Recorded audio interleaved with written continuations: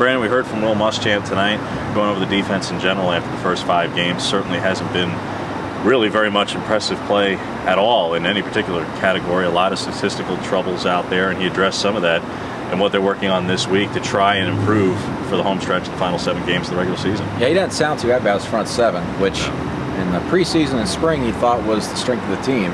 Obviously it's not. And in fact, he said, why would anybody want to throw against them right now when they're having so much success running the football?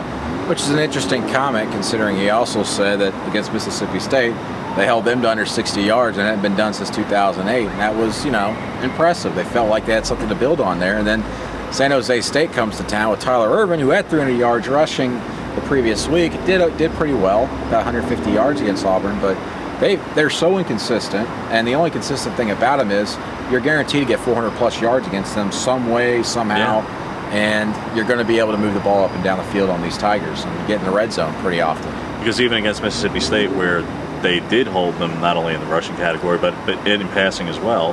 For one, Dak Prescott, in the two of the 3 first-half possessions of Mississippi State, he scored with passing touchdowns. And even as much success as Tyler Ervin had on the ground last week, he had success running, but Joe Gray, who came in, their quarterback, was averaging about 150 yards passing per game, and some of it was, yes, they were losing late, but part of it was also he did have success throwing the football. And that has to be troubling and concerning, quite frankly, that a quarterback out of the Mountain West on a team that is probably not going to end up being very good this season, the quarterback had success and the running back had success, and an offensive line with 4 sophomore starters, I believe, had a pretty good amount of success protecting the quarterback and preventing penetration for the defensive line.